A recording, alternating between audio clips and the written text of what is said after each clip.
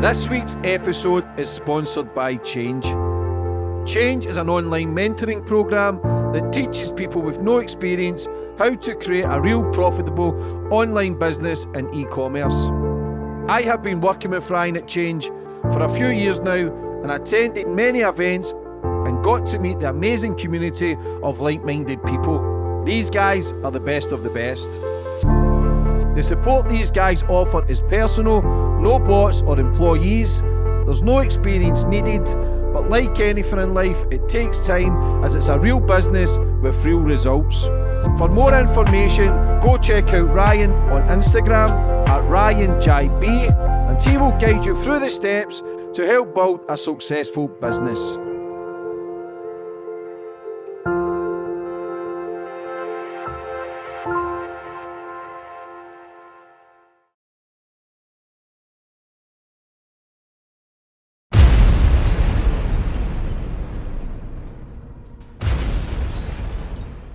You can now follow me on all my social media platforms to find out who my latest guest will be.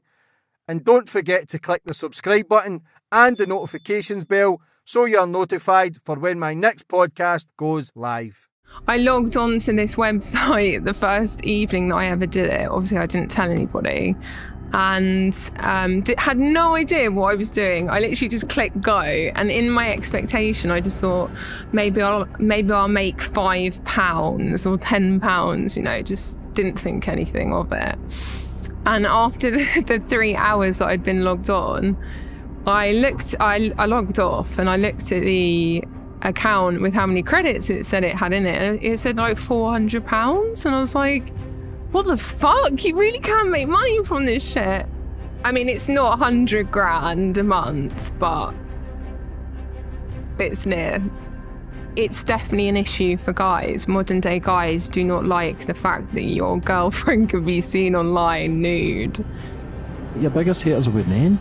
Like, every time I post a photo of a porn star, OnlyFans, it's slag, this and that.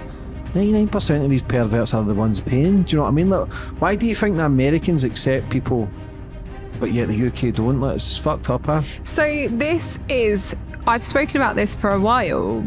So I've had 3 boob jobs, lip filler. I have had Botox before, semi-permanent makeup, hair extensions, my teeth done.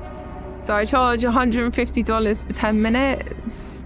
$250 for 20 an hour, $600. I've had people that are sleeping in the room with the girlfriend on the phone, and she's in bed.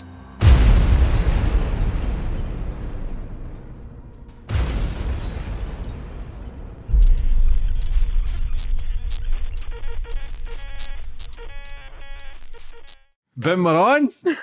And today's guest, we've got Maddie Fox. How are you? Hello, I'm good, thank you. Good to see you. Thank you. So, lost your job in lockdown. Yeah. Now you get fucking a lot of work done. To get your tits and that done? Everything? Yeah, since and now, then. OnlyFans? Yeah, pretty much. OnlyFans popping off? Very much so. So, before we get into all the madness, I always go back to the start of my guests. Get a bit of finding out about who you are, where you grew up and how it all began. Okay, so I'm Maddison Fox. I'm from Horsham. I'm 30. For me, it started, I'm one of 4. I'm the oldest. I've got 2 brothers and a sister. Family, you know, we weren't rich. We were far from it. We were very poverty stricken, but we lived in like a very middle class area. So most of my childhood was brought up with, you know, my friends going on holiday or, you know, having the best clothes and stuff. And we just didn't really, to be honest. So I just always felt like I was striving to, you know, become something, do something with my life. And really when it started for me properly was when I came out of a long-term relationship 4 years ago. And I was a totally different person back then, physically and mentally. And really that's when things started for me. That's how I found myself and developed this. What were you like in your relationship? I was with him since 21 to like 27. So I was learning to become sort of independent, and I've always been opinionated. I've always been, kind of trying to be independent, but he was more of the controlling aspect of trying to tell me what to wear, what I can and cannot say, how I should act. I really was not allowed any type of autonomy over my own life, so it was really hard. And why did you stick it so long then? I think I was just trying to find the willpower to leave, because in a way I thought maybe this is love, maybe this is what a relationship is supposed to be. And deep down, I think I knew it was so wrong on so many levels, even from day one. But I think I was just naive and just felt like I always needed somebody. So just tried to stick it, tried to fix it with material things, buying a house, getting dogs, cars, holidays, and it just never ever made me happy, never fulfilled. Once the dogs are involved, it's hard to cut away. Exactly, it is really hard. What sort of dogs? So I've got 2 Chihuahuas now. Yeah, it's not as if they're high maintenance. No, they're not. I've got a Rottweiler, man. He's a fucking nutcase, so he is. He's an absolute crackpot, man. Like Chihuahuas, you can just put in your bag and fuck off. Did you leave with the dogs? What's that? Did you leave with the dogs? Yes. At the time I only had one of them. So yeah, he didn't give a fuck. So he just said, take the dogs. What were you like before though? Were you not flash, but were you out there the way you are now, or were you kind of reserved? Really? Or did you always have that in you, but he kind of suppressed it? Yeah, I definitely always had it in me. But I was extremely shy, reserved, always felt like I didn't know how to interact with people, because he really made me feel like kind of a bumbling imbecile. So as if I'm not capable of anything, or, like this walking mistake, really. And I knew deep down that actually I am really, really smart. I was smarter than him, and I just was never able to have that, just independence of anything. Yeah, well, it's manipulation, isn't it? It's to put you down where you feel as if you need someone. Yeah. Do you know what I mean? So what happened after the relationship? Were you thinking, fuck it, I'm going to be me? Or were you still kind of reserved, still trying to figure it out? So I immediately left after Christmas of 2018, I think it was. And I had to move back in with my mum in her spare room. So it was really difficult for a long time. And I think it was just the building blocks, starting to gain confidence of being single, going on dates, meeting people, working on my own money for my own future. Not that I did anything major before, but it was just the start of being on my own, really. What job did you do? So I worked for a technology company in project management. So it's so fucking boring. I just hate it. And again, every day I would walk into the office and I just knew that I couldn't stick this out much longer. And I know it sounds really dramatic, but every day I walked in, I just felt like I had this noose around my neck that was tightening. And I used to just look out the window and think, what the hell can I do to make money, to escape this? And I just, was grappling with things, trying to develop any idea to get out of that job. And then lockdown hit, really. And then you lost your job? Yeah, so on the 18th of March, the previous 2 weeks to that, they basically took me into a room and said, look, either we can take you to a disciplinary or you can hand in your notice today. And it was totally put me on the spot. I was not expecting it. They just wanted to get rid of me and they used it as an excuse. It wasn't just me who left. There ended up being 12 other staff as well. But were you doing, is that why you get sacked, OnlyFans? It was a big factor, yeah. I had actually, so the story was that as soon as I bought my house in December 2019, I realised that I only had £100 left over every month. So I literally had no money. And I was just thinking, like, what can I do to make money? I need a second job. Thought about estate agency and all these things. And then one day on Instagram, randomly, I saw this advert for a webcam company. And I thought, oh, that sounds interesting. It's to do with online. I'll give it a go. And you know, when you sort of hear stories in the newspaper or, you know, like Daily Star webcam model earns 150 grand a year and you're like, yeah, right, whatever. I logged on to this website the first evening that I ever did it. Obviously, I didn't tell anybody and had no idea what I was doing. I literally just clicked go. And in my expectation, I just thought maybe I'll make £5 or £10, you know, just didn't think anything of it. And after the 3 hours that I'd been logged on, I logged off and I looked at the account with how many credits it said it had in it. And it said like £400. And I was like, what the fuck? You really can make money from this shit. And I just suddenly scratched my head and I was like, maybe I can leave my job. Like maybe this is something that I could do to earn money. So I did it like really ad hoc, every day after work, like didn't tell my mum or anything. And I started an OnlyFans on the side of the camming as well. And stupidly, I did confide in a work colleague about it. And that's obviously then been filtered back to my boss. And then they cornered me about it that day when they were trying to make me hand in my notice and said, we understand that you have a second job online. And I said, well, I don't know what you're talking about, you know. Do you deny it? Of course. I'm not going to own up to that. But hey, they were trash to me. So I just have so many bad feelings towards them. But it worked out really well for me. So I'm thankful in a way, actually. So your first time was when you switch the camera on go, what are you doing? So I log onto this website. I've got my own little profile and it just says, you know, I'm available. And you just get calls coming through. So your computer will call and you'll accept it and then your webcam will be on and somebody will be typing in the box. And you kind of just interact with them from that point on, whether they decide to have their webcam on or not. And, you know, I was very successful very, very quickly. And yeah, it just changed my life, really. Like a babe station kind of thing? Like, so are you typing back? And yeah, so I actually then joined... as soon as the day I lost my job, I'd already been headhunted, not for Babe Station, but their competitor. And I had originally just said, oh, no, don't worry about it. You know, I can't work for you guys. And then on the day I got fired on the 18th of March, I picked up the phone. I was like, I'll do any shift, any day, any time, any hour, every hour, I'll be there.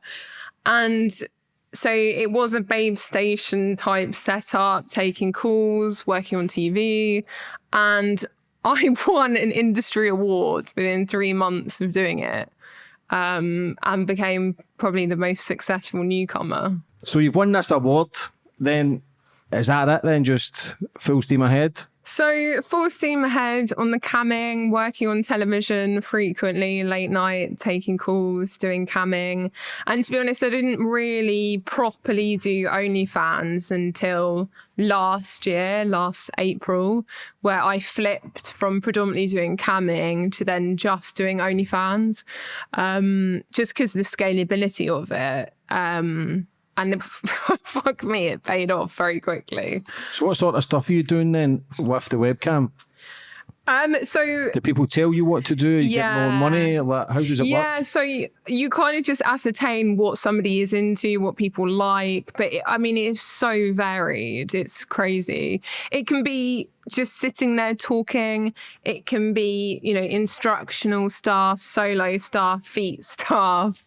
I've been asked to do some crazy, crazy stuff.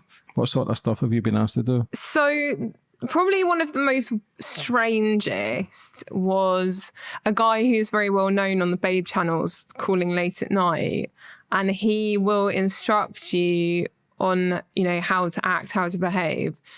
And the scenario is that he's lying on the bed and that you've got a knife, you pull it up and you drag it down into him and you stab him and you're like, die, bastard, die. And as you know, all of this is being instructed by him. And he's like, when you lift the knife out, you lick the blood off. And as you're pretending to stab him, he's going, oh, like on the other side of the phone. It's just so, I mean, each to their own, but Do you get to see these people? sometimes, yeah. What's the worst thing you've seen? Worst thing I've seen. Oh, it's pretty bad actually. It's actually really taboo bad. This is anything goes. Oh, worst thing I've seen is a guy in like masturbating in what looks like a little girl's bedroom. Yeah, that's fucking creepy. Yeah, that, it's man, so creepy. But what do you do when you see shit like that? It's really hard actually. That particular scenario has been a dilemma that has weighed on my conscience big time. Yeah, really, majorly actually. Yeah, but a lot of these people weird as fuck. There's a lot of people just kind of looking for a little extra stimulant, whether they're wives at work or there's a lot of creepy bastards. No, I would say actual creepy stuff is really, really quite rare. It's very rare. I mean, I've spoken to thousands of people over the last 3 years, and it's very rare. I'm good friends with a porn star called Georgia Leo, and she used to do the webcam. I couldn't fucking shat in a plate, man, and just stuck his face in it while she was watching. Yeah. But that's great. Who the fuck was that? Like, who else? They had Megara Fury. She was a dominatrix.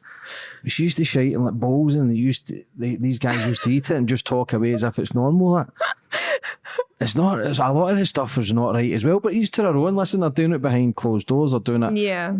Everybody's got different sort of fetishes. Yeah. So be it. As long as you're not harming kids or animals, Exactly. or yourself, like. It's just each to their own. You cannot be held accountable for your thought. There's no such thing as a thought crime. So, you know, fantasy can be anything. It doesn't mean that you would ever act that out or ever happen. It's just the way the human brain works. I actually am super laid back. I don't judge anybody because it's all human. It's human nature and the curiosity of everything, especially taboo stuff. So I just don't judge. There's absolutely no judgment from me. So when you're doing the webcam stuff, what's the most you've made in a night? Oh, most I've made it a night from camming. 2.5 grand. Fucking decent wages though, isn't it? Very decent. When Life changing. When did your mum find out?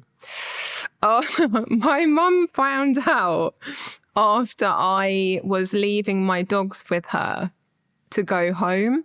And I'd be like, oh, I'm just going shopping, mum. And one day I just thought, I'm making so much money, I've got to tell her. And it's really funny, actually, because Louis Theroux just did a documentary on the website that I was doing it off of like a week before. And me and my parents had watched it. And I said, Mum, I've got to tell you something. This is what I've been doing.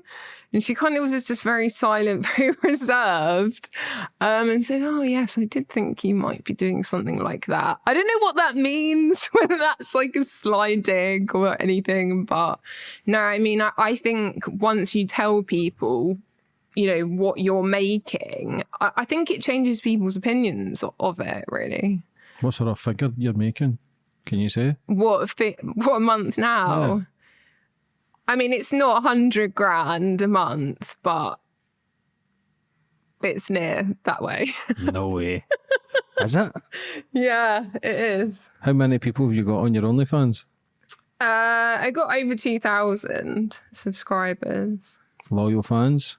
Yeah, a lot of them. Because so my particular look is called dollification, bimbofication.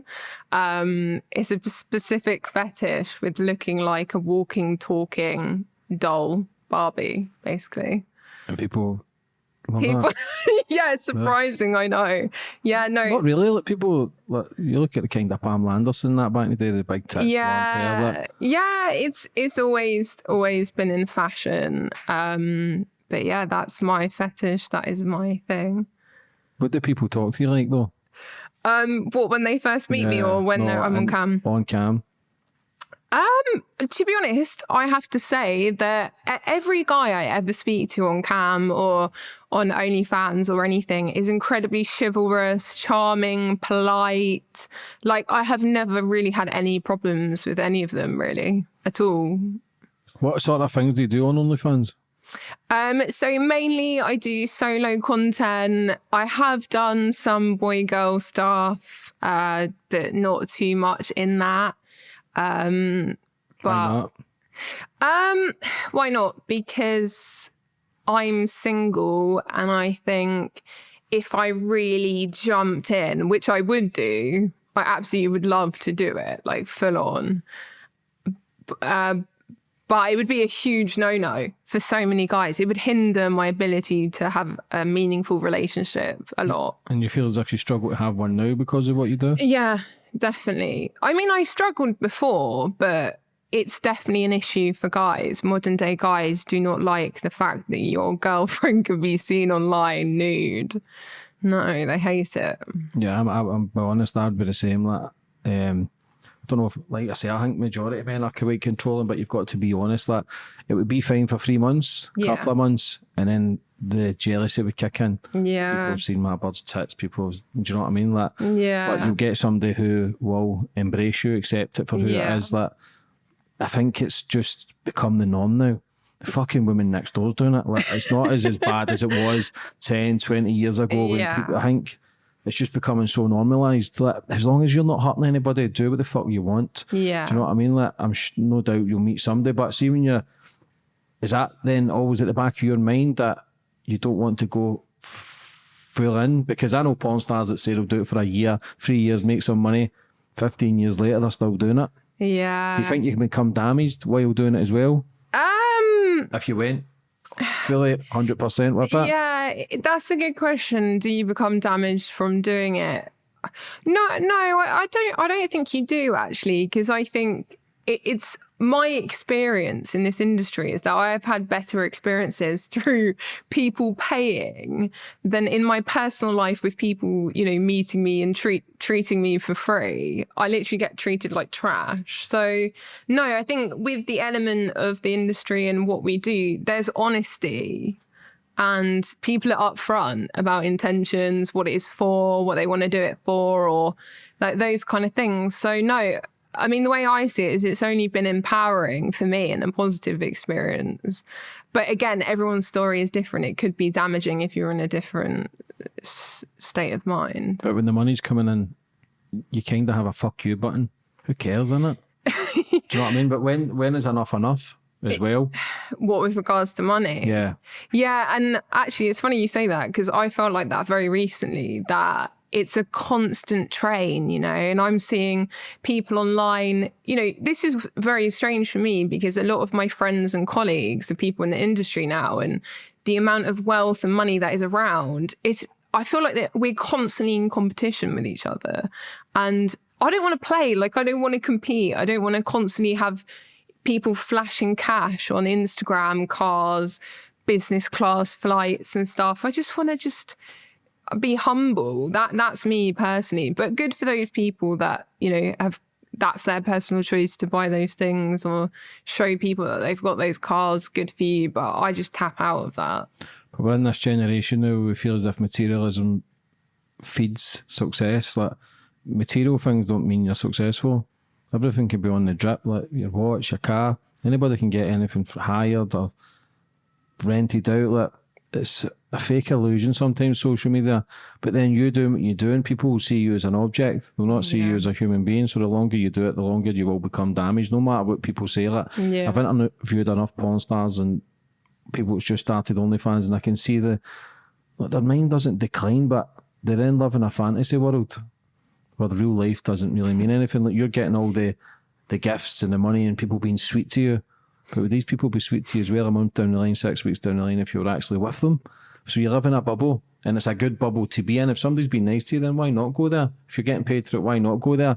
But then where's the fine line between normality and your own wee world? No, totally agree. And when there's money involved, there's always an element of, you know, sometimes you could be doing something that actually you don't want to do, but you have to, because it's money and you need to live and survive and progress. So yeah, I mean, everyone's got their price right. And there's been times when I've been propositioned, you know, with real serious money to do things that personally I feel is just a little step too far. And if I was in a different state of mind, you know, would I be so strong with willpower and decline these things? I don't know. I can't. It is really difficult.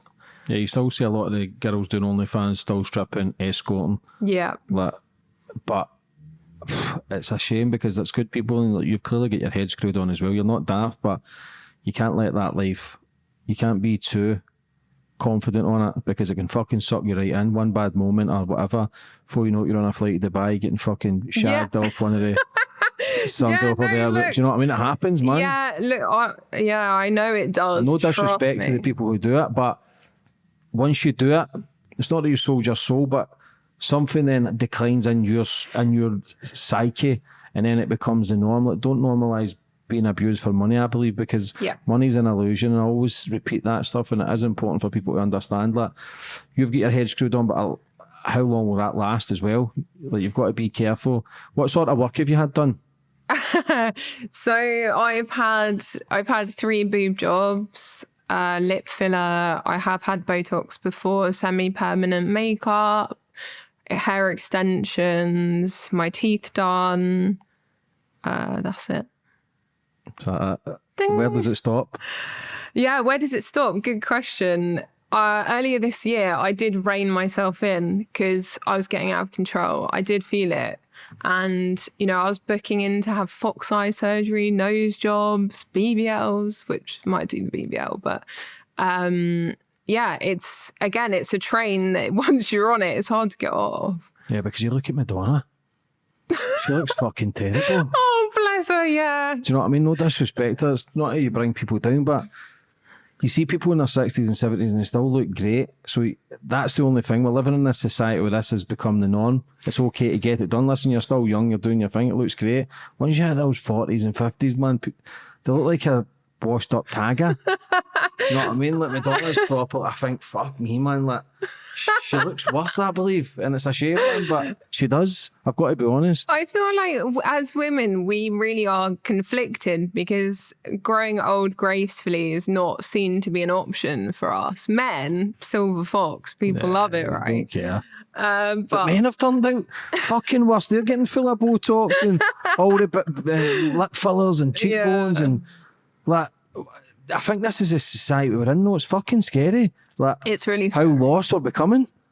Yeah, and look, I see my friends, I see people who I know constantly getting surgery, changing, and you know, there is a fine line between a conscious decision and having to do it because you really hate the way you look and you think you're ugly, disgusting, that kind of thing. Because when I've seen people I know change, I wouldn't say that they've made themselves look more beautiful. I would say they've only merely made themselves look different.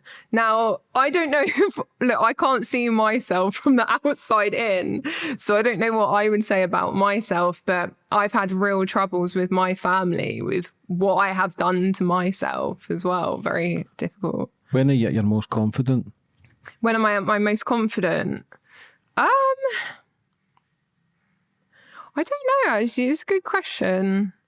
I think just every day I try to be, but there's always a niggle of, oh, I need to get this done because of the competition aspect.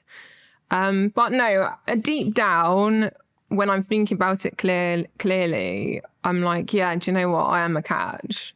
So I try to. You've got to be confident, fuck's it, especially your job, man. Yeah. Where do you go? But how many subscribers? Is it subscribers on OnlyFans? Yeah. What's enough then? Is it 10,000? Where do you go? Yeah, I've got a personal target in my head of what I want to earn, where I want to go with it.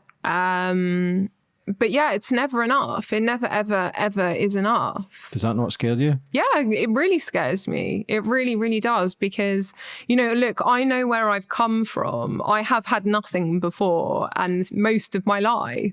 So it's only now that actually, and now I feel myself, I am getting disconnected from reality. You know, I hear my sister and her boyfriend, you know, moaning about buying Dominoes because it's like 40 quid. And I'm like, you know, that is a lot of money to spend on one singular meal. And look, my mum struggles and stuff. So, you know, the way that I feel is I want to do good for me and my future and my family. So I don't know.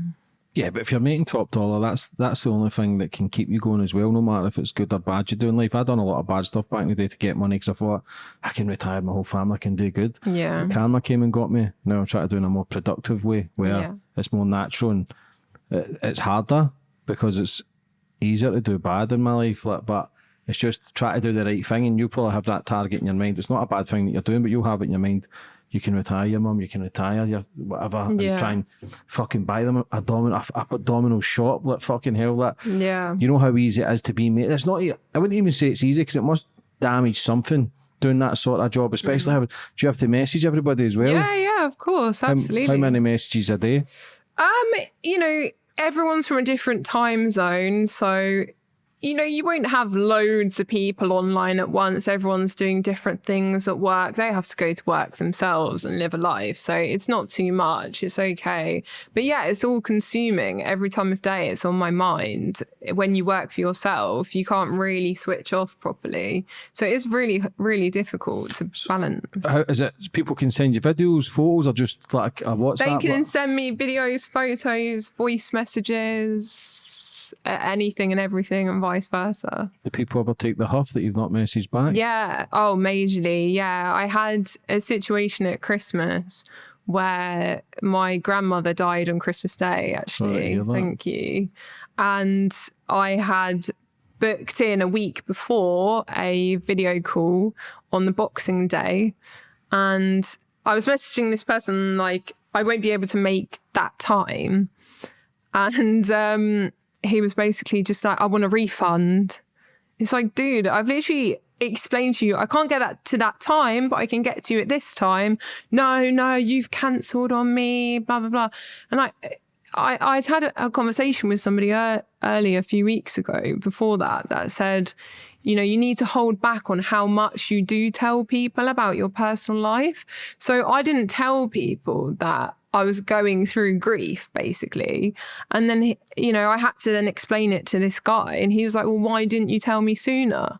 Are you crazy? You expect me on the day to be like, hi, Gary. Yeah, just letting you know my nan's died. I can't make the video call tomorrow. People are crazy. But look, that I am a service and they treat me like that. They don't treat me like a real person sometimes. So it can be frustrating, but actually those types of people are quite rare.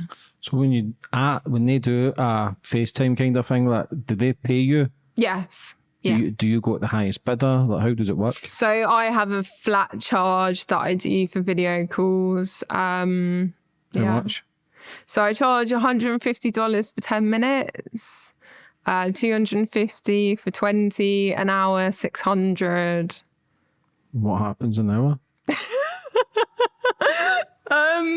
I guess it's just more time to talk, get to know each other, conversate, so that the clock isn't ticking. Obviously, 10 minutes goes quite quickly, and an hour's much more in depth. 600 bangers? $600. It's fucking all right, man. Come on, I might just get off the fucking podcast game and jump on OnlyFans. Fucking hell, that. But to do it, how many calls can you do a day? The calls are difficult. The calls are difficult because if you're talking to multiple people, you know, one after another, that's why camming is incredibly draining because, you know, I've got 50 different conversations in my head and I find it hard to switch off at night because you're like, it's all crazy. Yeah, you're absorbing all that. Yeah, absorbing people's emotions. You're trying to remember everything about each person. How's your mum? How's your dog? How's your job? Oh, how did that thing go? So honestly, it's like an encyclopedia of everyone. But I do have this crazy skill that if I've spoken to you 3 years ago, just from your voice, I'll be able to remember. So see, when you're doing that, like, when I can never switch off because I'm constantly thinking next guest clip to get made up. Like, if you're making so much money, man, like, how do you sleep? I'd be fucking 2 hours a night, bang, straight up again. But I'm a workhorse. I'm milking these bastards for what I can. That's what I'm thinking. Yeah, it's very hard. Minimal sleep. I do find it hard to wind down, and yeah, it's very, very difficult. It is, because my whole life is dedicated to serving other people, and then the only person daily really that I see is my mum, and she's working, and I literally get zero attention from anybody, you know, legitimately in real life, which is crazy, because what is that doing to me? It's basically teaching me, unless someone pays, I'm not valued. Or it's honestly, mentally, that is a struggle. Do you feel cheap? I think I'll always walk around with a chip on my shoulder that I still feel like, you know, I'm not worthy and I'm not the person that I am today, definitely. What's different? Probably bigger tits and teeth, bigger lips on it. Yeah, what's different? I'm mentally so strong than I was 4 years ago. I don't take shit from people. I'm not scared of anybody. I will say boo to a goose, and I'm confident in who I am as an individual. I am proud of myself. So proud. Because if someone had told me, you know, I'd be sat here today 4 years ago, I literally would have laughed you out of the room. So but money does give you confidence. Because you come at a stage where you don't, it's not that you need anybody, but sometimes you've not got anything, you tend to people please a bit more. Yeah. And then when you start getting a bit of income, you think, I don't need to take your shite. Fuck off. Like, do you know what I mean? Like, it does grow a bit more confidence, but you working on yourself and getting things done, you probably wanted those stuff done a long time. Did you ever go through any bullying or that when you were younger? Oh, yes. I hated school. School was dreadful. Bullying was rife. I felt like I was in a prison daily amongst these complete animals. And I absolutely hated every single day of school. What about boyfriends and stuff now, relationships? Like, how does people treat you as an object? Like, or do they see yeah, it's definitely, yeah, they do treat me like an object. It's a badge of honour. Oh, I've dated a babe station girl, an OnlyFans girl. It's a badge of honour to say to their mates. And yeah, it's pretty shocking really that people treat people like that. But the stuff that you're doing as well then, and you know what men are like, then how can you trust a man? I can't. I wouldn't. Simple answer. I can't. You can't trust. To be honest, in life, the only person you can trust is yourself, and that is what I go by. Look, I'll trust everyone until you give me a reason not to. I'm not one of these people that's looking on your phone. I'm not that girl. So I have a certain level of confidence with regards to that and trust. But I'll never trust someone 100%. No way, because. Look, I've seen how people behave online, you know, behind a closed paywall. They could have a wife for 20 years and she never knows this secret. It's pretty crazy how people are different online. It's crazy how people operate. You just don't know. You genuinely don't know. You have no idea. Those fuckers are up to. Like, do they tell you they've got partners or wives? Or... Yeah. I've had people that are sleeping in the room with the girlfriend on the phone and she's in bed. It is crazy what they'll get up to. It's mental. And as well, when you open an OnlyFans, you must expect that your neighbour, your brother's friend, a family member, all these people will go on your OnlyFans to see what is on there. Literally, the number one people you can count to sign up will be anybody that knows you. Old school friends, work colleagues, anybody and anyone will go on that page. But that's what the fetish is, isn't it? Is to men. Would you get women following you? I have had a few, yeah. Very, very rare. Are you bi or anything yourself? I wouldn't have a relationship with a girl, but maybe have sex with a girl, maybe. That means you're fucking bi then, no? I don't know. I don't know if that makes me bi. I have no idea. I've never even thought about it. Look, women are hard work. Men are hard work at the best. I would never, ever be in a relationship with a girl. No, not attracted to that. Yeah, why is it? Why is men and women like... everybody's becoming hard work, isn't it? Do you not feel that? Because everybody leads this solo life where everything we do is, it's solo. I'm doing this. No one ever considers anybody else anymore. It's all a selfish now attitude. Empathy is low. Honestly, people's ability to have a conversation and understand one another is at an all-time low. That's why everyone's opinions are so, different nowadays. How you deal with online stuff, trolls? So TikTok for me is the worst for trolls. Why? Every single comment, fake, just anything nasty, they will say it. Even the smallest detail, right? They've got it. They'll lock it down until you get bored and blue in the face. They'll keep saying it. And even if you admit, please don't say that, that will upset me, which is only make them say it more. How do you deal with that? I do have days especially on TikTok lives, which I do very often, where I just can't take anymore. I am strong every day. I have to back my shit up. Look how I look, right? Do you think I would look this way if I had any element of not being one? I'm not, people assume because I look like this, I want attention. And actually, it couldn't be further from the truth. I literally look this way because I just fucking like it. It's not that deep. And because I do look this way and it does get attention, the way that people perceive that is just, they just won't let it lie. What's the one thing that boosts your subscribers? Like, what do you do? How do you keep them coming back? I think just the fact that I am genuine and what you see is what you get. I really build a relationship. Some of my subscribers, I've been talking for 3 years. Some of them talk to me more than my actual friends.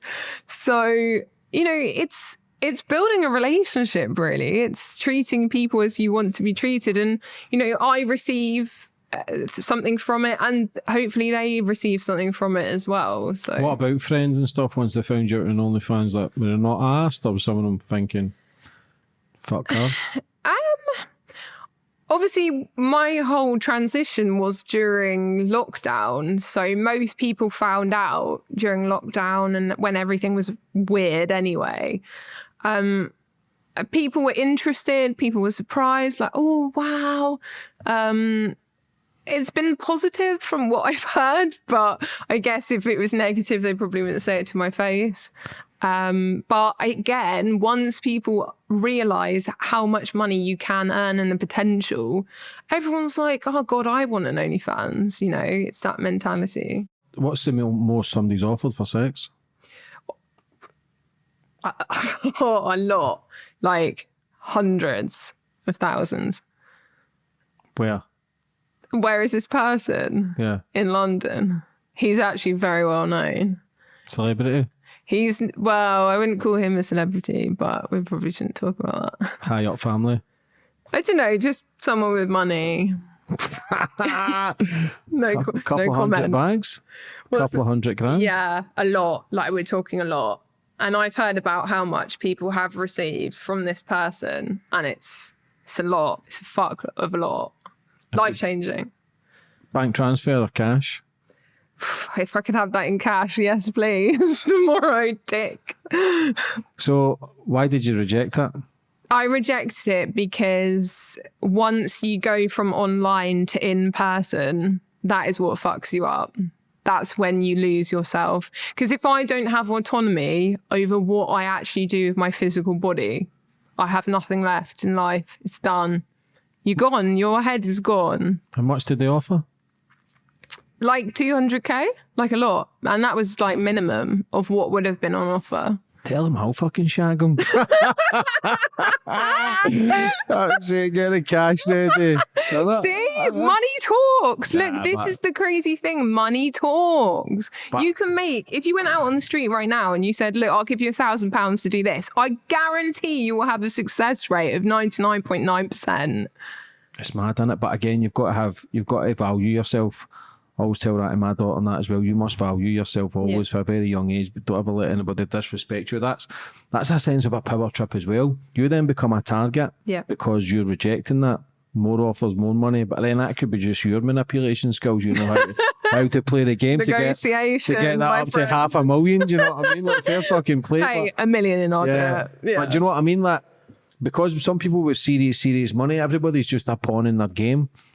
It's true. Money is power. That is clear with everything. And this is the thing. Once you have money, what else do you want in life? It's power, isn't it? Yeah. Why do people go into politics? Why do people go into business? You know, multi-million-pound businesses. It's power. It's just power trips. That's exactly what it is, because nothing has any value to them anymore. Absolutely, because if money is trickling, and I've seen it, I see how it sends people into this egotistical thing. And I think that's what I was trying to say earlier with the Instagram posts. People don't understand, and we all do it to each other equally. We're all responsible for what we put online and how the perception is received by people looking at it. It's all for an ego trip. We want people to be like, oh, wow, look at that car. Look at that handbag she's got on her arm. And I just don't want to play that game, because you can't ever win. You can't be the best because a billionaire will sweep in and have 20 Chanels, you know. And I understand that you can have all the money in the world, but honest to God, it is happiness that matters. It's being at peace and happiness. It's worth so much more than money. How long have you been doing this? Coming up 3 years. Still fresh, isn't it? Very fresh, yeah. I feel fresh. It's still a mad industry, isn't it? It's like the porn industry, it's sex work, that is crazy. I know girls who do it in their brand pants and they still make a little crust in that, but do you feel as if the more hardcore you become, the more money you make? I know that if I went in tomorrow and did hardcore porn, I'd be a millionaire. There's absolutely no doubt. 100%. It just would happen. Honestly, if I did interracial, if I did all these things, I'm telling you, it'd be so minted. I just know it, because there's a gap. There's gaps in the market because women are reluctant to do it and go fully into the, hardcore porn world. Why it's fucking porn sites are free? Like, why do men pay? Like, it's beyond me. Like, why they get sucked in? Like, why is that? Porn is free to access online, but that's because the adverts you're watching is paying for you to receive it for free. I think when it comes to OnlyFans, it's much more of a personal service. Like, if you have a favorite celebrity, I don't know, let's say Brad Pitt, and you could talk to him online and get him really to do anything for you and say anything, wouldn't you do it? It's an ego stroke to a lot of guys, because they want you to, oh, can I meet you? Can I marry you? Anything really. So have you got to do stuff on the camera for them as well? Yeah, everything. All the time? Every day? Yeah. Do you ever get a day off? Yeah, I do take time off now. I'm much better at it now. During lockdown, I was working like 15-hour days. I'd be online. And literally, I am not joking. It was call after call after call after call. I would smash it. So what sort of shit are you doing? Claim yourself, all the fucking usual suspects? Dildos and shit? Yeah, all the usual suspects. So dildo play, anal stuff, boobs. That's a lot of graft, isn't it? That is a lot of graft, man. Like, you must fucking sleep well. It is a lot of graft mentally, and sometimes when you get a request, you're just like, oh God, not today. But you just got to suck it up, and I'm just really ambitious. I really want to change my life, and I am, and I've got a personal goal in mind. I really just want a huge fuck off house, and then I'll just be able to chill and go on holidays and. You think that though? Yeah, I know, no, and I understand that that's always the goal, and it just, you're always wanting more. But I definitely feel like I'm just learning that, it's, if you buy a Louis Vuitton handbag, right, it's still just a handbag. You've just paid $2,500 for it. It's it's just not what you think it is. And you're always wanting more. Like during 2020, after doing this very early on, I bought a car, like a different car, went from a Fiat 500 to a Jaguar F-Type. And, you know, it's still just a car. And if someone said to me tomorrow, I'll take your Jag off you, here's your Fiat back, I'd still be just as happy because it's just a material thing. Yeah, it's not where you're going to find your happiness. As sad as it is, because if you've been bullied and if you've not had any money, then you get that thing. Once you get it, you don't even really appreciate it as much because you think, is that it? Because in my mind, we see people that are more younger and we think their life must be amazing. Every millionaire and billionaire I know are fucked. They're not right in the head, man. My experience is the same. I have dated, you know, a guy that was from a very, very wealthy family, and I've never seen people so unhappy before.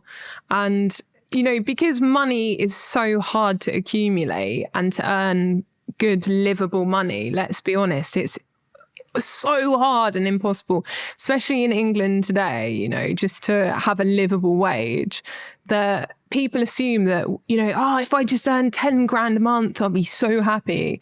But once you get to that, you're then like, if I just earn 50, I'll be so happy. The goalposts always move on to something else.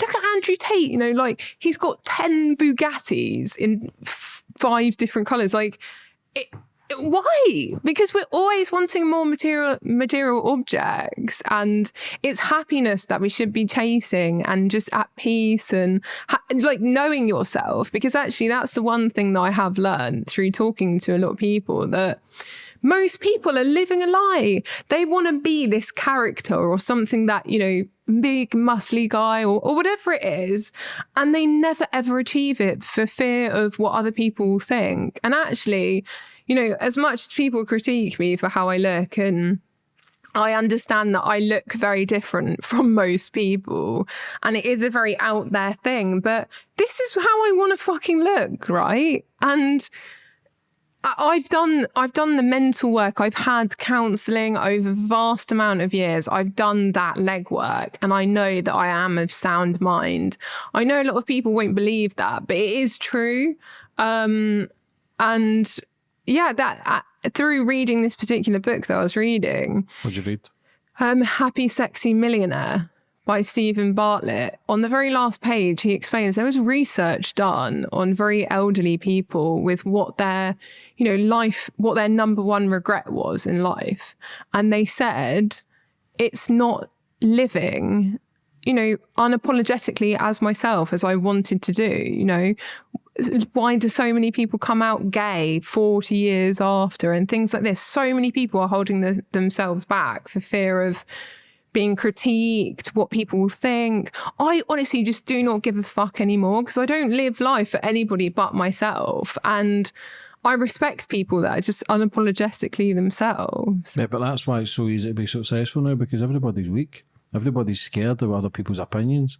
But when I bought this podcast and I thought, fuck it, man. And the people I interview, I even put a post out today, like, people still complain. I've interviewed murderers, drug lords, fucking bombers, porn stars, and people still say I'm unfollowing you. And I think, who fucking cares? Like, this ain't an airport. Like, no cunt cares about your departure. Do you know what I mean? I genuinely don't give a fuck. I'm here to create content. I'm here to make money, feed my kids, and live a better life, and just try and gain some freedom where I know I can retire at any fucking minute. That's why I work so hard now. But I'm like yourself. Can I though? Have I got a cut-off point? I don't know, because I'm an addict, but I need hustle. I need to get up to something. So it scares me that, will I ever stop? And should you ever stop? Like, you see people in their 70s and 80s, they retire and then they fucking die. Do you know what I mean? Like, life is too short. For me, it's just a big game. Play the game right. Just enjoy it as well, as much as you can. But it's difficult. What made you get counselling? My past relationship, it was sending me crazy with my ex I was with for 6 years. You know, he would tell me what I couldn't wear, what I could look like, and it just sent me so mental that I had. Now you've returned the favour. All these pals at work wank over you and fucking. Do you know what I mean? Look, I know for sure that they've signed up. So they're the first to sign up. So it is. It's true. Men, the thing about men is it's scary that there's not much loyalty anymore. And you don't need to be loyal if somebody's birds on fucking OnlyFans, but I'm just saying in general that, I don't know, man, that I've got good friends and I've got good family and that, but I don't see much loyalty outside of that. Like, I've got enough friends now, I don't want any new ones. First thing, I don't fucking trust the cunts, do you know what I mean? But it's just, have you ever seen him since your ex? Have you ever heard from him? I have spoken like very briefly, not of anything really, on Facebook Messenger, but nothing, congratulatory to me. No, I would love to know what he thinks. Actually, I'd be fascinated, because I am so different, or at least I think I am. But no, never heard from him properly since. Do you think part of you, who you've become now, is because of him? Oh, definitely. Yeah, absolutely. And of my schooling as well. Just being bullied and never, I have severe dyslexia. So throughout school, I was always, bottom of the class, struggling. Through my whole life, I just had this thing that I was just never good enough. At work, they would critique me over, doing a spreadsheet in pink rather than blue, and all these menial things. And I just never felt good enough. And actually, that is one thing that, with this industry, with what we do, it's not exactly one of those things that people pat you on the back for, job well done. And that is what I'm looking for, actually, is just people to be like, yeah, do you know what? You came, because my life could have been so different, right? Through lockdown, there honestly was no other jobs. And that is part of the reason why I started doing it. I would do anything just to survive. There's nothing I wouldn't do. We know that now. I'm talking about working at McDonald's here, okay? But yeah, like, honestly, it was like do or die. And I could have lost my house, my car, and literally been sent straight back to the beginning, like have to move in with my mum again. So I've pulled myself out of poverty. I don't think people understand just how hard that is to do. Yeah. You're making money, and that's the thing is, like, it's either that, become homeless or whatever. You found an avenue and you've stuck to it. Listen, it takes courage, it takes guts, especially in this day and age where everybody's got an opinion. Do you know what I mean? But just do you, as long as you're not harming yourself and as long as you're not, it doesn't fucking deteriorate that mindset, because we're all guinea pigs for OnlyFans and mobile phones. We genuinely don't know how it's going to affect humans in 20, 30 years. I've got a rough idea myself how it's going to go, but the now it's fun, the now you're making money, the now you're getting all the wee perks that you think you want, but 5 years of that, 10 years of that, man, I don't want you back on this podcast and you're looking like fucking Madonna. Look, I can't promise anything, but look, if I could earn £1.2 million a year through being a scientist, I would do that. I'm actually really, really smart. And do you know what? That is one thing that surprises people about me, because I'm a walking contradiction, right? I look how I look and people immediately underestimate me, but I can literally talk about anything. And I take interest in political things and what's the future of the economy and things like that. And yeah, it's crazy how people judge me based upon how I look. And actually, that's probably one reason why people continue to subscribe, because I'm actually a really good conversationist. I can have a good conversation. I'm not your sort of like, oh, come and subscribe and yeah, creepy cunt. Yeah, so I just try and do my best really with every single person. What do you think of that? If you were Prime Minister, what things would you change? I would start to tax the wealth of super wealthy, rich people. But they don't. They keep their money. It's the peasants like us that fucking pay 40-50% tax. It's something's got to change, because society is on target to collapse in 2040. There's going to be more and more older people on this planet and not enough younger people to pay the tax. It's simple fact. It's unsustainable how it currently is. So look, I'm just trying to earn as much money as I can quickly. I don't know how long this OnlyFans thing will last. Is it a trend? Is it a fad? will it die out like social media does? One thing's in fashion one year and the next it goes. So I don't know how long this is sustainable. Is that in your mind, that definitely. that they could just pull the plug on it and then what? 100%.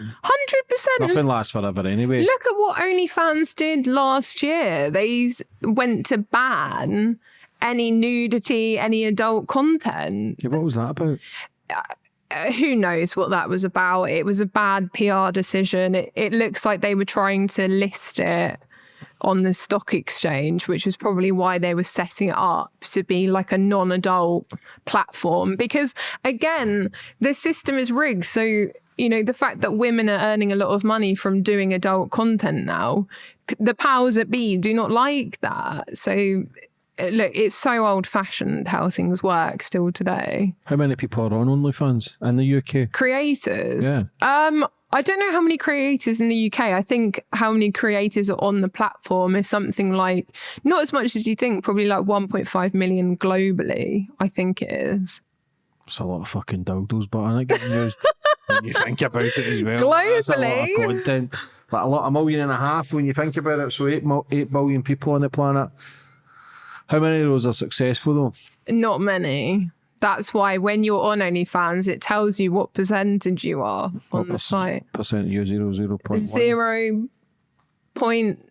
What? I don't know what I am actually. 0.15. Who's the biggest earner on it? Biggest earner on the platform? Celebrities. Celebrities are, because, you know, if you've got, I don't know, 10 million followers and you even make 1% of that, you're laughing. What about Stephen Bear stuff? Have you been following that? Who? Stephen Bear. How much sold these? Oh, Stephen Bear. Fucking Twitter's shagging his missus and yeah, he just got done there for the thing with Georgia. Yeah. But that's wrong, man. There's so many that's so levels. wrong. Yeah. Bad, man. Revenge porn. Look, there's always going to be somebody who's trying to bring you down. It happens to all of us, you know, people try and rip content off your site and stuff. How do they do that? So if somebody's filming you and you're doing a FaceTime, can they record that and then put it wherever they want? So do you know what people don't record the video calls because obviously you then know who it is. It's more of a they rip your content, repost your images that are behind the paywall, that kind of thing.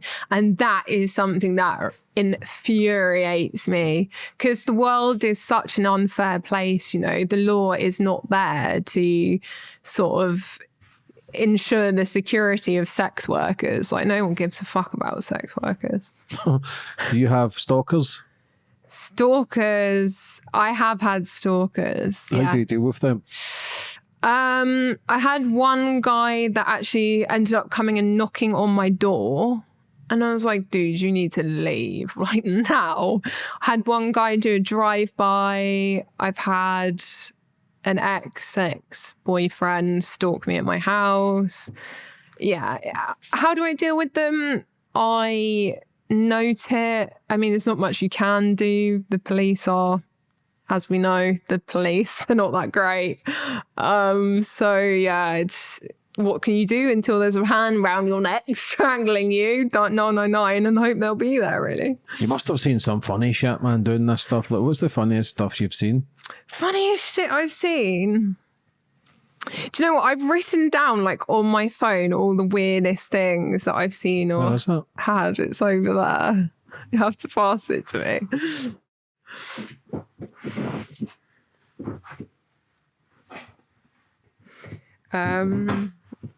Yeah, you must have seen some fucking mad shit, man. Like, people are genuinely weird. Like, that makes me question society as well. Like, everybody's got their wee fetishes, this and that. I get it. But when people can go extreme, when I hear, because I've interviewed so many people, I think, nah. And then you realise, once you start hearing more stories, you think, fuck me, like, the world's mad out there. The world is completely mad. That's the scary thing. Let's find the list of my stories that I wrote down. Oh God, there's so much on there. What, and you write all the stories, all your mad stories down?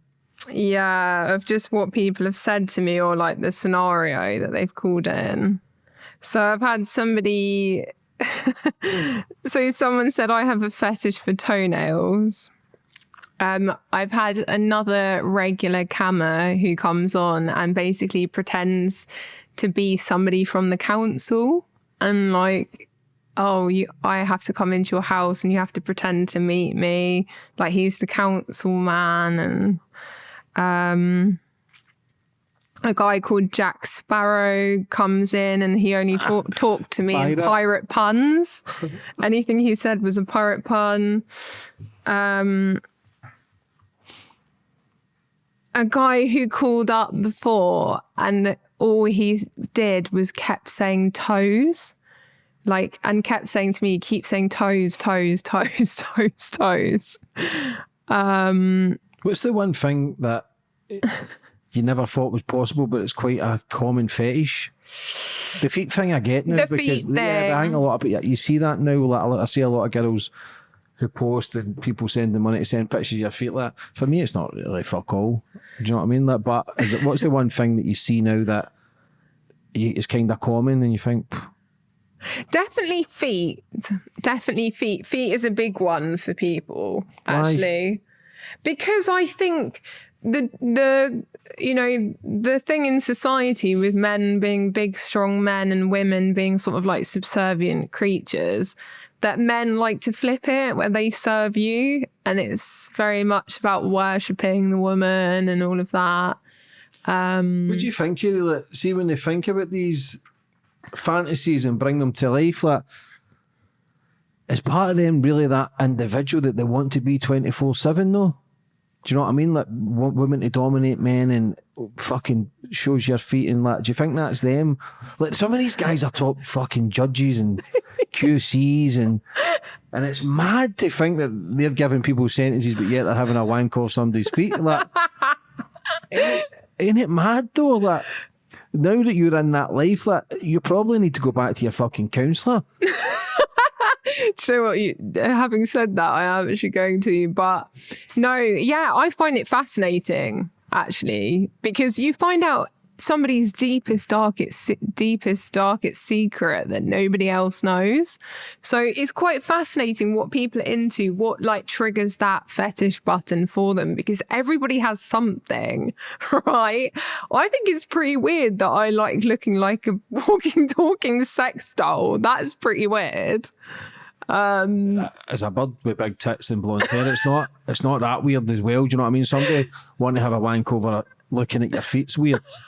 Do you know what I mean? Like even though when people they try to steal your content, like some of these men on these, imagine somebody was recording every one of them. They're fucked. Imagine they all get exposed.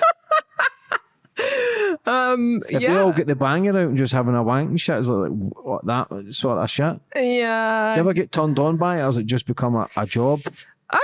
Yeah, I definitely do. I'm a very sexual person anyway, so of course I do, definitely do. If it's something that is a mutual feeling of chemistry and I'm enjoying it as well, then yeah, of course, absolutely. And plus I like to learn about other people's fetishes, and it's fascinating. Really, really enjoy it. What's your fetishes? My fetishes are just mainly like, obviously I really like XL implants, fake lips. I like a guy to be very controlling, only in the bedroom, not outside of that. But yeah, that's really me. But look, I'm very open-minded, so I'm a people pleaser. If you like it, I'll really like it if I like you. So you're easy fucking guided to fall in love with somebody who'll do as a please, basically, kind of thing. Well, that's every guy's fucking wish.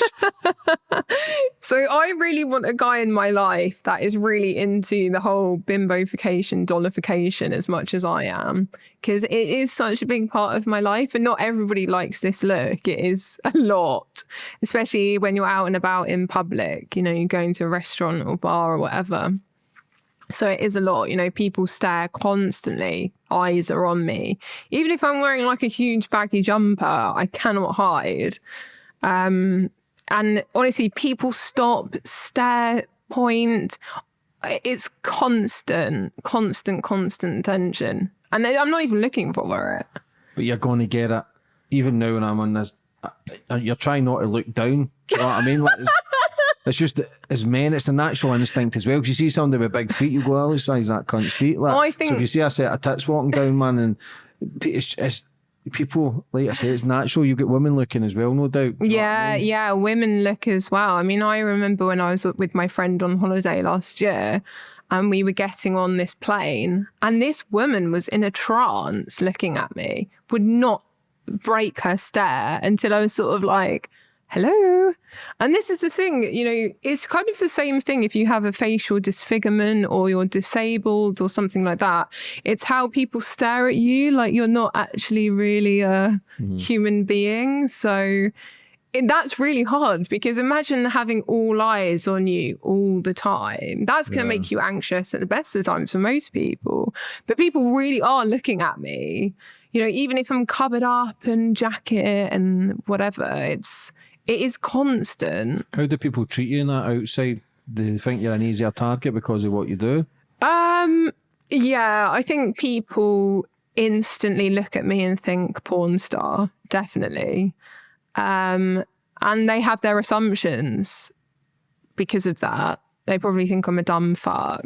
Would you ever do porn? Yes, yeah. I would love to do it. I'm going to be honest with you, I can see you fucking doing everything this year, next year, the year after.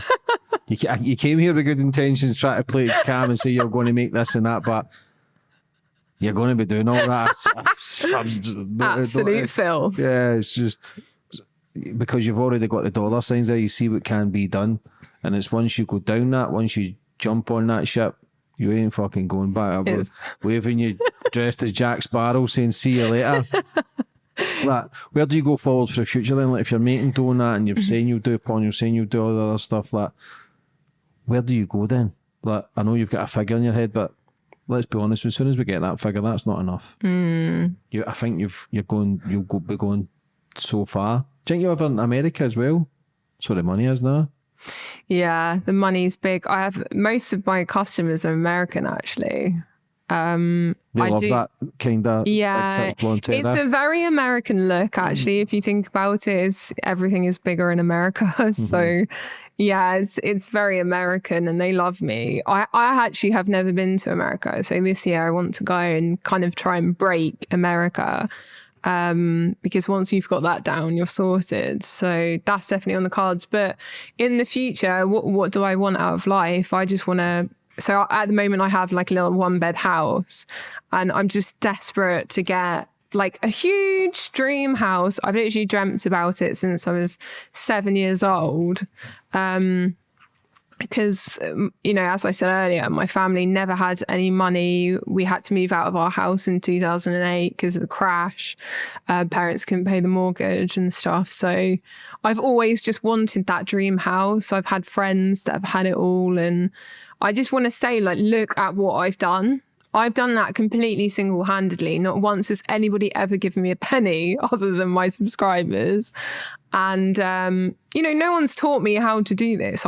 This is a business that is turning over like a lot of money. And not once has anybody really ever told me how to do any of this.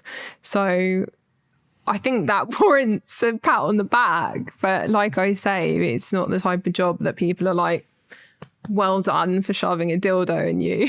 Yeah, but you're going to get people like that. My job is to interview people and get an understanding of the person. It's without passing judgment. I don't give a fuck what anybody does, as long as they're not harming kids or themselves. Like, basically, like, some people agree with it, some people don't, but you get your biggest haters with men. Like, every time I post a photo of a porn star, OnlyFans, it's slag, this and that. 99% of these perverts are the ones paying. Do you know what I mean? Like, why do you think the Americans accept people, but yet the UK don't? Like, it's fucked up, huh? So I've spoken about this for a while, because the culture of Americans is very supportive of one another. You know, like, go, Chad, go. And in Britain, we hate anybody that is doing well. It's like, fuck John, look at him in his Louis Vuitton, look at him in his Porsche. We have a mentality of, especially in our main media, of bringing people down that are doing well. It's people seek it out. They want to literally destroy you. Because it's jealousy. We are so unhappy in this country, so chronically unhappy. And people are vile because of it, because it literally comes down to jealousy. Even I've noticed it's not even necessarily about money. People want attention because so many people feel irrelevant, like they're nothing in life. And they just want attention and notoriety and clout. Probably because their mums didn't love them. And that's not our problem. People need to seek therapy. A lot of people, and they just feel like they've amounted to nothing in essence, which probably isn't true, but it's how they perceive themselves. Again, it comes down to who do they want to be? You know, every business has a mission statement. What do you want to be known for? Who are you? What do you stand for?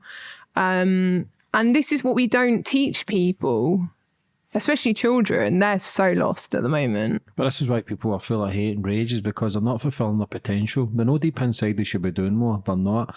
It's been for the UK, it's alcohol, drugs, gambling, sex. That people are just so caught up in a life of pain, and once they're in that loop, they can't get out because it's fucking hard. The longer you do it, the harder it is, obviously. But the beautiful thing about it, man, you can make the changes, you can make the sacrifices to go and try and do something better. Like, it's just hard when you fucking look at people and they're struggling and they're moaning, and I'm thinking, you're a grown ass man, stop being a little fucking bitch, do something about it. Like, UK's turned into a fucking land full of cowards, man. Male and female, everybody's just moaning and complaining about fuck all. Like, do something. Don't need to moan about politics or your shitty job or whatever. Do something about it. Like, that's why I always say it's easy to be successful now, because everybody's weak.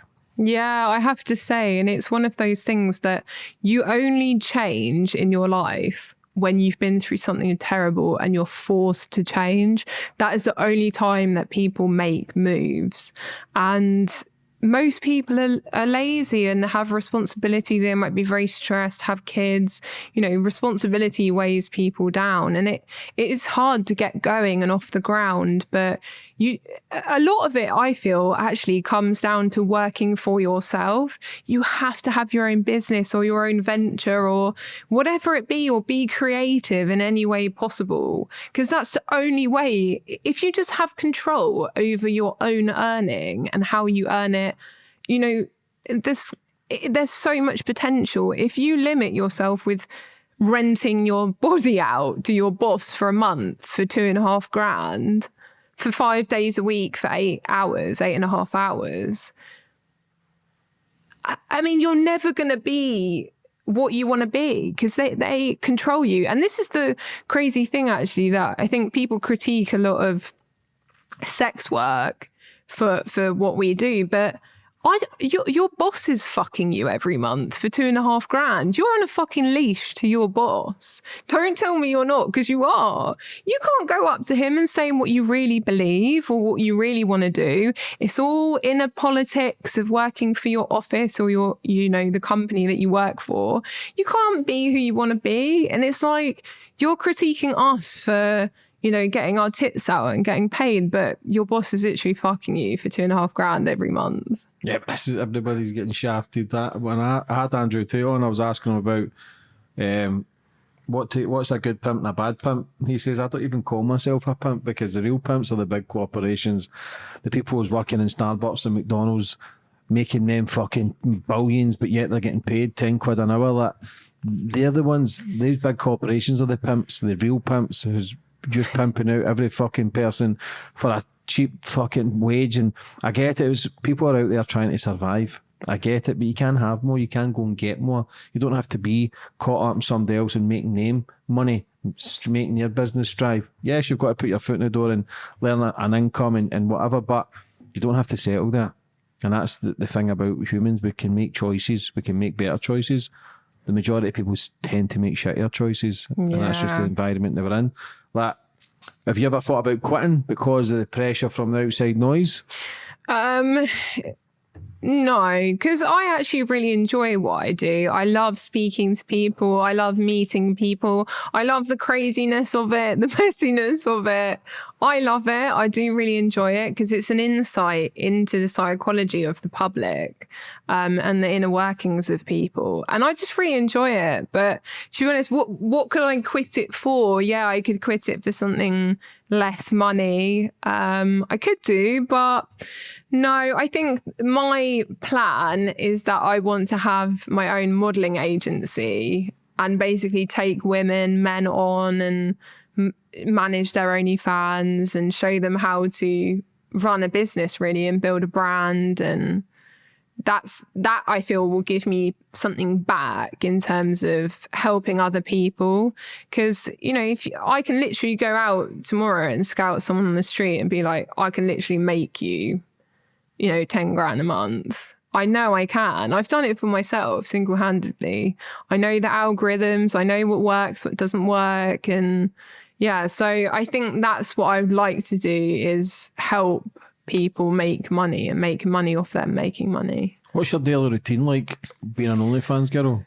At home, most days, if not all days, making content, filming, going live,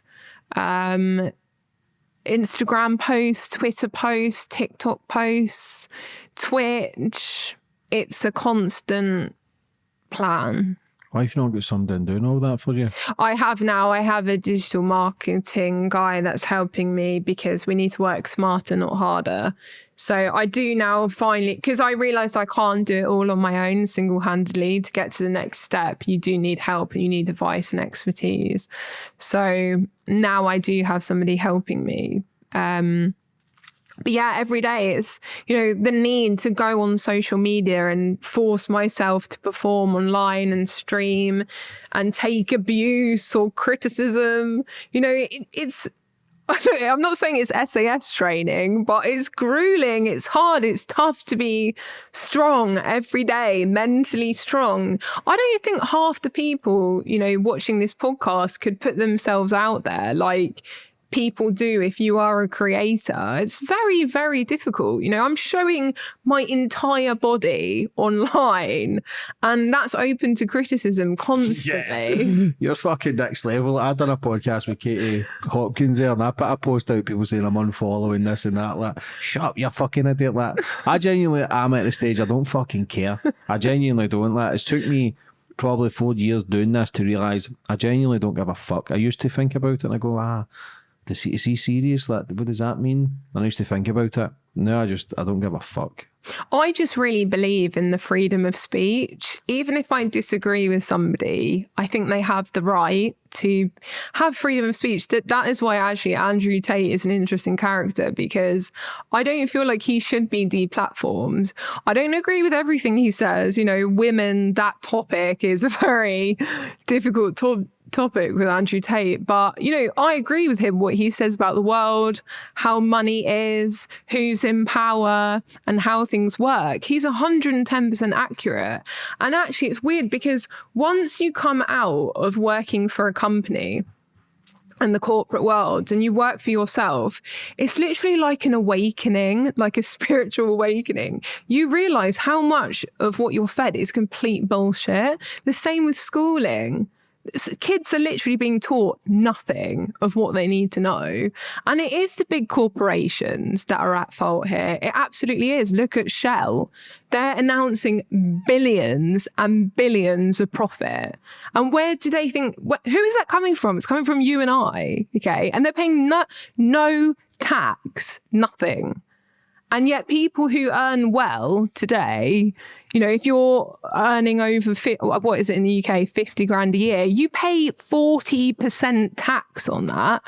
And then if you earn even more, you pay even more. The effective tax rate is actually 62%. But that is a fuck of a lot to take from somebody. And the problem is not in people earning a lot of money, because you will be paying tax on that.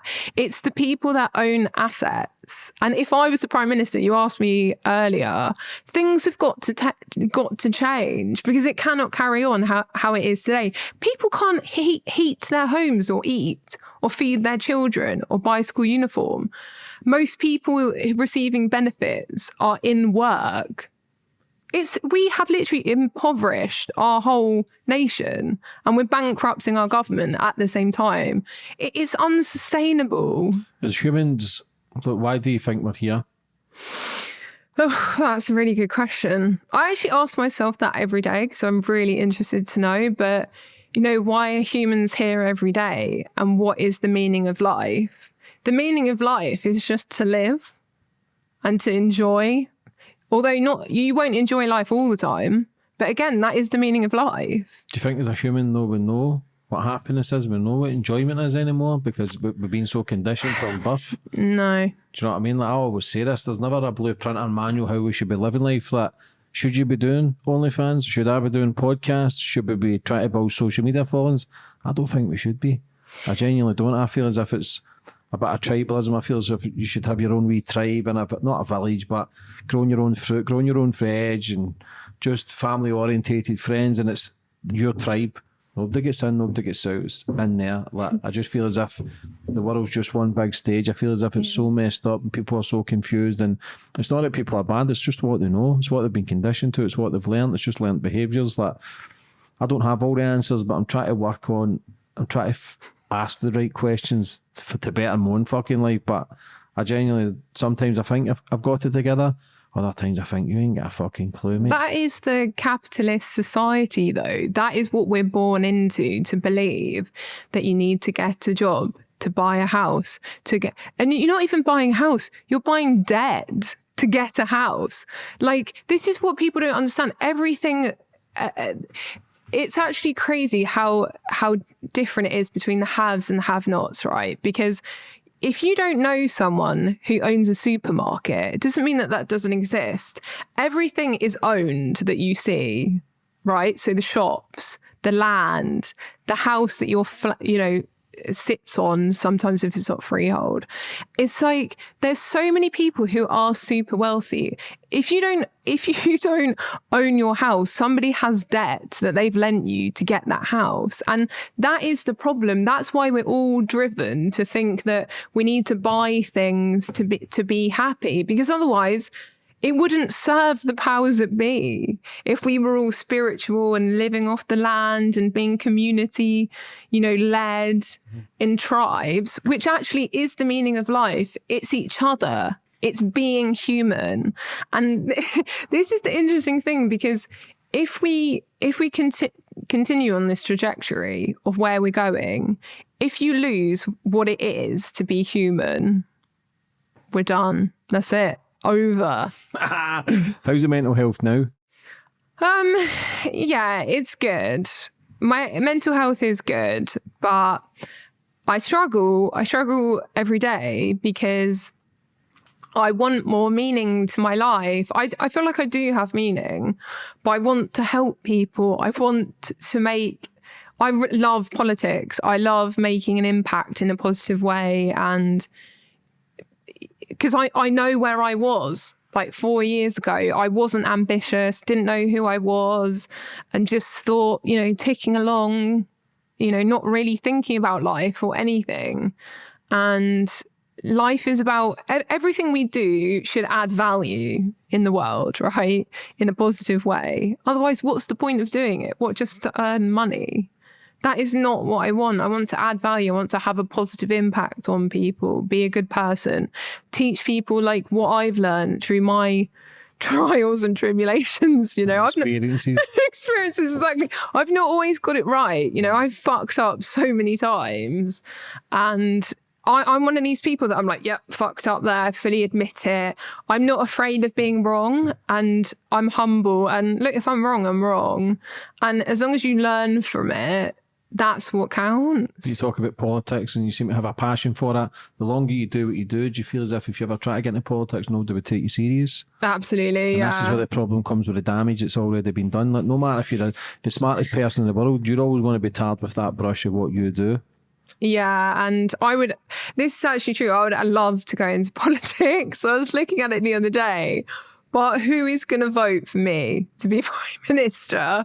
It just won't happen, you know? People will just be like, oh, they will not be able to take me seriously. But don't say that, fuck's sake. Donald Trump get president, do you know what I mean? But you don't know who's pulling the strings behind that. But if that man become president, I wouldn't never sell yourself short. You just never know. But is that a concern? Yeah, for sure. Yeah. And, you know, what stories would come out about you and selling stories and all of that. It's like, that's actually what's wrong with this world, is even if someone tries to do good through politics, the media will find that they did coke once when they were 14 and then it's like they're, you know, done forever. It's like, nobody is perfect. Yes, you make mistakes. It depends what the mistake is. But yeah, we're too critical of politicians. Yeah, that's life. Maddie, listen, for coming on today, baby, and telling your story. I thoroughly enjoyed it. You've got your head screwed on. I wish you all the best for the future. But would you like to finish up on anything? I don't know what I would finish up on, really. Come and subscribe, guys, if you like bimbofication. What's your TikTok? What's your Instagram? What's your OnlyFans? Yeah, so my OnlyFans is Maddison.Fox, and that's Maddison with a double D. But yeah, I have TikTok, Instagram, Twitter. I've got the bunch. Got them all. I know you struggle with mental health yourself, but for anybody that's maybe watching, struggling themselves, what advice would you have for them? Just be yourself, unapologetically yourself. Always do what you feel is right for you. Don't worry about other people. Maddie, listen, all the best for the future. Future Prime Minister. Take care, babe, and God bless. Thank you.